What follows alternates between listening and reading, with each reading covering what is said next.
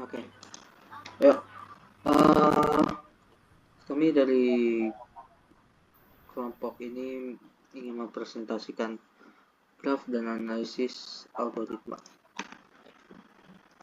yang beranggotakan Willy Ahmad, Muhammad Zaki Milano, Regi Arlansyah, Tiko Jati Binarwato. Teori graf. Teori graf adalah salah satu cabang matematika yang terus berkembang dengan pesat. Teori ini sangat berguna untuk mengembangkan model-model terstruktur dalam berbagai keadaan. Struktur-struktur yang terdiri atas kumpulan objek-objek yang berkaitan satu sama lain dapat dibuat modelnya dengan sebuah graf, dengan simpel sebagai representasi objeknya dan sisi sebagai representasi kaitan atau hubungan di antara objek itu. Next. Sejarah graf.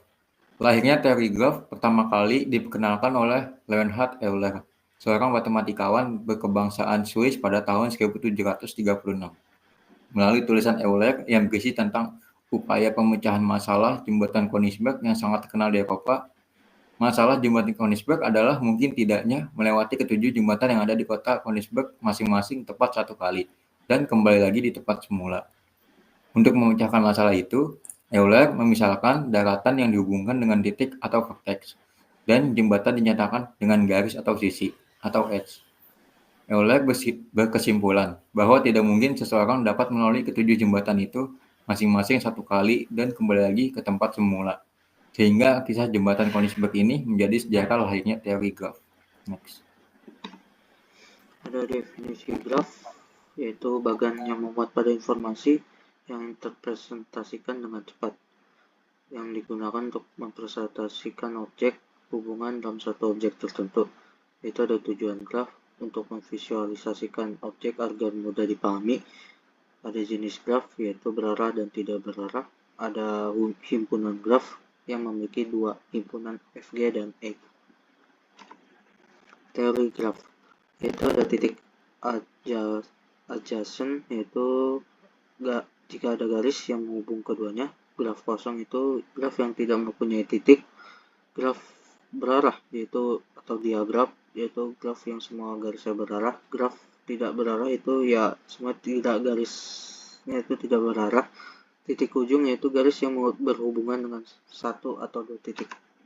Lalu ada loop, yaitu garis yang berhubungan dengan satu titik. Garis paralel yaitu menghubungkan titik yang sama. Titik terasing yaitu titik yang tidak mempunyai garis yang berhubungan dengannya. Jenis graf. Berdasarkan ada tidaknya sisi ganda, maka graf dibagi menjadi dua jenis, graf sederhana atau simple graph. Graf yang tidak mengandung gelang maupun sisi ganda dinamakan graf sederhana. Graf tak sederhana atau unsimple graph. Graf yang mengandung sisi ganda atau gelang dinamakan graf tak sederhana. Dan di sini ada dua contoh gambarnya. Next.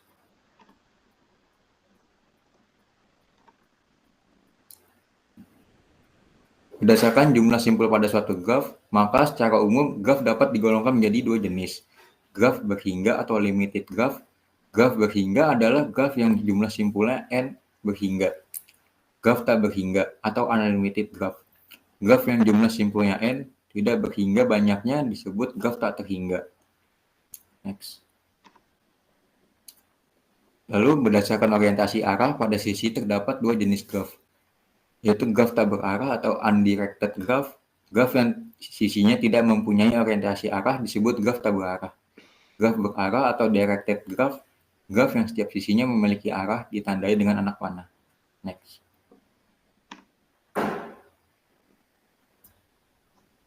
Graf H dikatakan subgraf dari G jika semua titik dan garis graf H merupakan titik dan garis dalam graf G.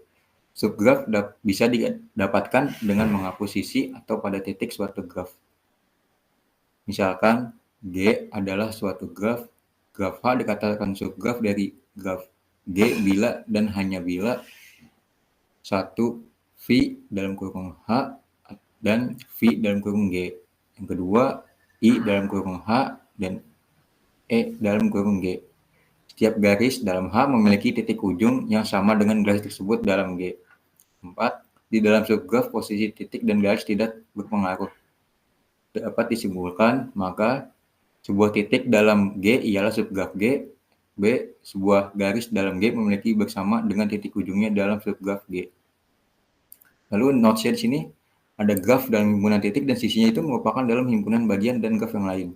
Garis tersebut G dalam subgraf posisi titik dan garis tidak berpengaruh. Setiap graf merupakan subgraf yang sendirinya sendiri. Dalam subgraf berlaku sifat transitif G dan G yaitu subgraf K.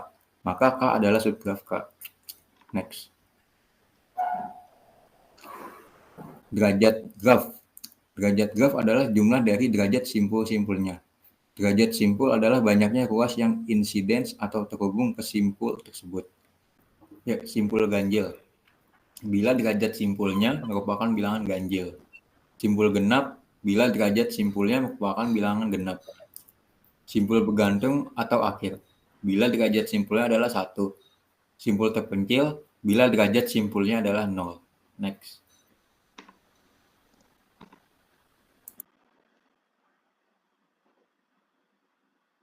Derajat graf. Derajat titik.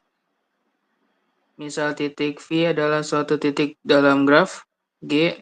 Derajat titik V simbol dV adalah jumlah garis yang berhubungan dengan titik V.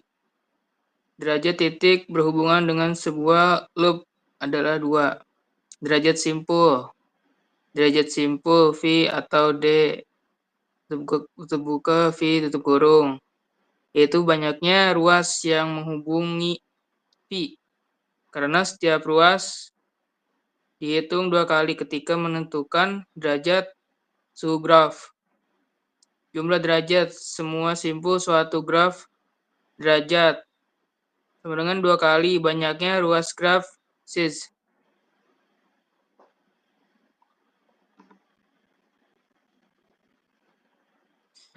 Derajat graf. Derajat total suatu graf adalah jumlah derajat sebuah titik dalam G. Derajat total suatu graf selalu genap. Euler graph. Jumlah derajat semua simpul sama dengan genap disebut dengan jumlah titik derajat ganjil dalam sembarang graf. Jumlah titik yang berderajat ganjil selalu genap. Simpul genap atau ganjil tergantung apakah derajat simpul tersebut genap atau ganjil.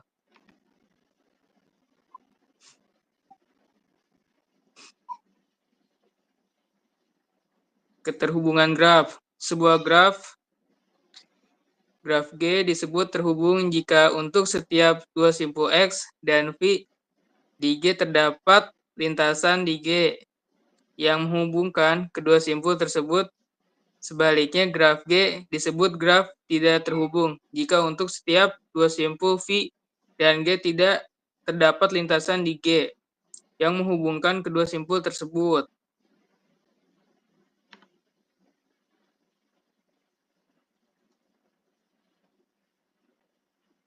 Keterhubungan graf.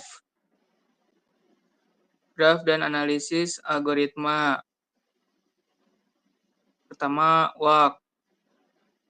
Barisan berhingga, tak kosong. Yang suku-sukunya bergantian, simpul dan rusuk. Trail, jejak trail. Pada graf adalah jalan tanpa rusuk, berulang di graf. Circle atau squid. Jejak tertutup close, trail. Yang simpul awal dan akhir merupakan simpul yang sama. Terakhir, lintasan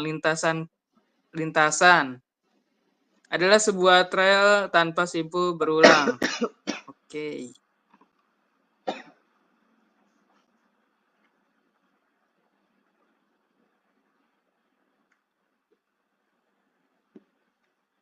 Nah, oke. Operasi pada graf. Operasi-operasi di dalam graf bila diketahui dua buah graf G1, V1, E1, dan G2, V2, E2. Gabungan G1, G2 adalah graf dengan himpunan V-nya sama dengan V1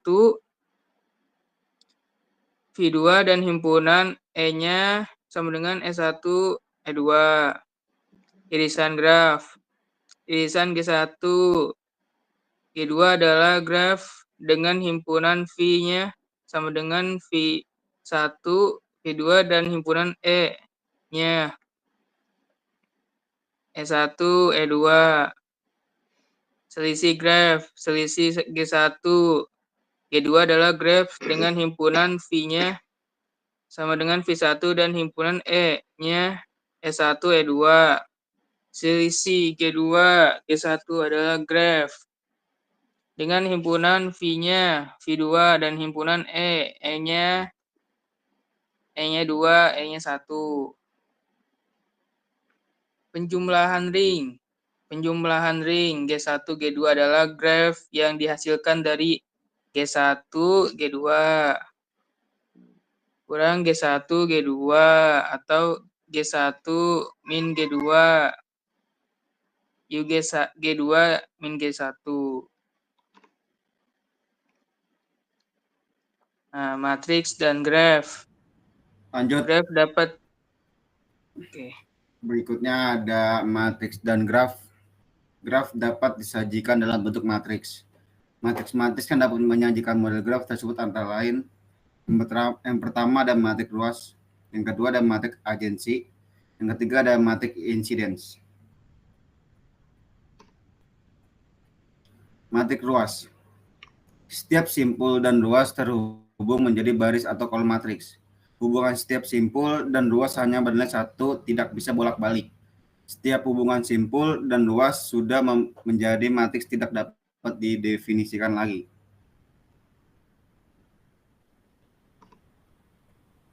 Yang kedua ada matriks agensi. Baris dan kolom menunjukkan urutan simpul-simpul.